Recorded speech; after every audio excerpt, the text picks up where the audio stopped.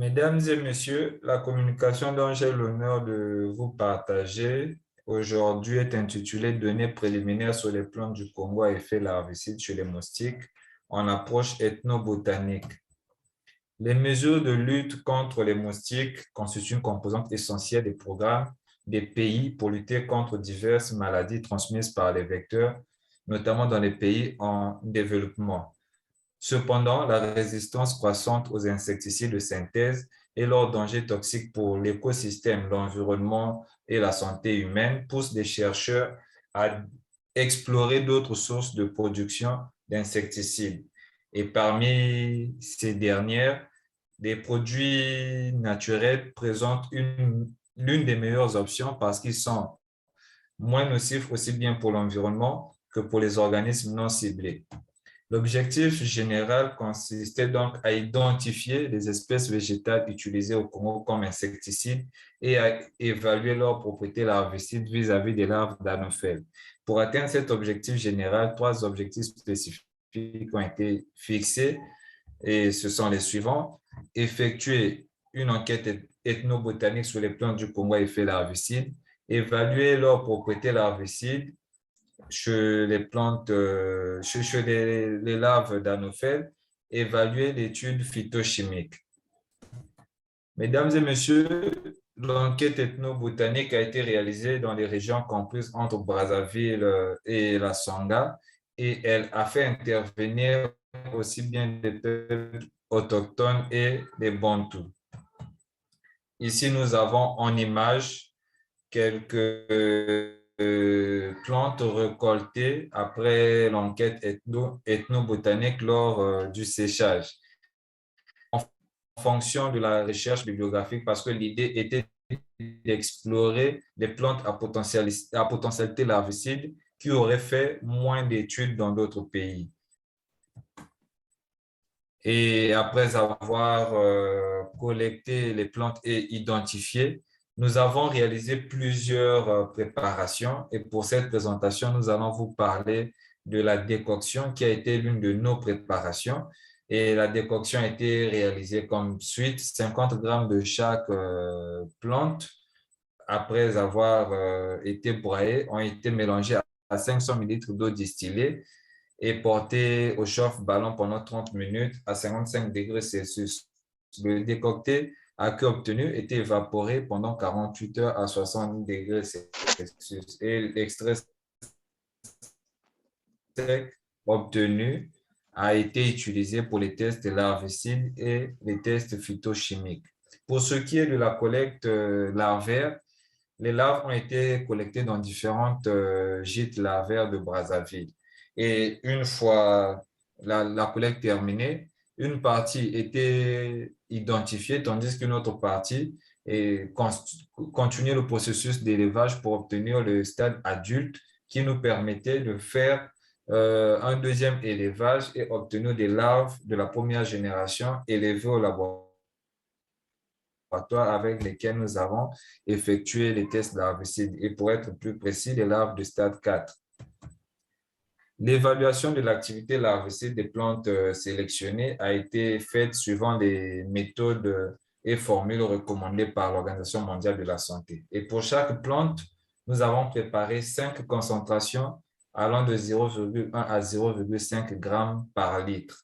Et ces concentrations étaient testées, comme on l'a dit précédemment, sur les larves de stade 4. Et pour chaque concentration, 6 tasses étaient constituées de la manière suivante.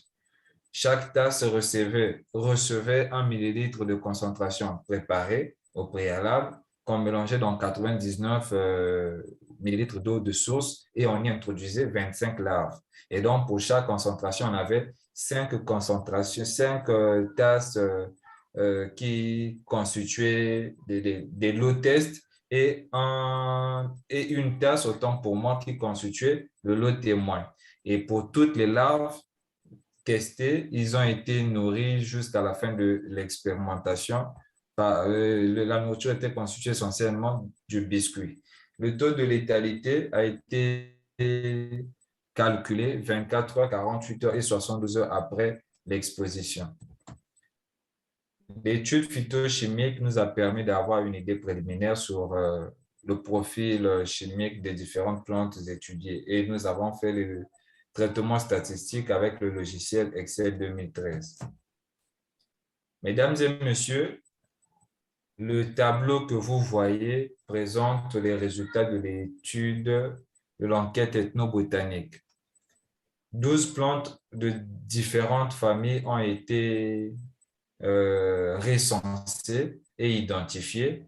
Et comme vous pouvez le remarquer, ce tableau comporte le nom scientifique de l'espèce, la famille d'appartenance, les noms vernaculaires. Et à côté des propriétés insecticides ou larvicides qui nous intéressaient, nous avons aussi noté d'autres propriétés pharmacologiques qui étaient rapportées par les tradis praticiens ou les populations. Et bien sûr, il y a aussi la posologie pour ces autres propriétés pharmacologiques. Le tableau, la figure que vous voyez, elle présente l'évolution de la létalité des différentes plantes testées, à la fois en fonction du temps et en fonction de la concentration. Et on peut remarquer qu'ici, les 4 plantes testées présentent des effets larvicides significatifs avec un point remarquable sur les fruits de Brennania briei et les écorces de Dryptes goswelleri qui présentent un taux de létalité de 92 et de 94,64% respectivement après 72 heures d'exposition. Ces résultats sont conformes à ceux obtenus par Tahiri en 2012, qui ont travaillé sur les effets biopesticides de Combretum microntum et les résultats obtenus par Sharma en 2021, qui a travaillé sur les effets antimoustiques de Ocimum gratisum. Le résultat de l'étude phytochimique nous a permis d'observer différents groupes chimiques, notamment les alcaloïdes, les terpénoïdes et les saponosides qui sont suspectés comme les molécules responsables des effets larvicides observés. En conclusion, les fruits de Brennania briei et les écorces de Dryptes goswelleri ont montré une létalité très significative et supérieure à celle des feuilles de Combretum microntum et de Ocimum gratisum sur les larves de stade 4. En perspective, nous envisageons faire une étude chimique plus détaillée avec la spectroscopie de masse. Nous envisageons fractionner ces molécules d'intérêt par la chromatographie à couche mince et pour chaque groupe chimique, nous envisageons faire des études sur les mécanismes d'action cellulaire et moléculaire pour voir exactement quelles sont les cibles de ces molécules au niveau des larves. Et nous envisageons aussi d'identifier avec les différentes techniques d'identification moléculaire toutes les larves qui seront testées.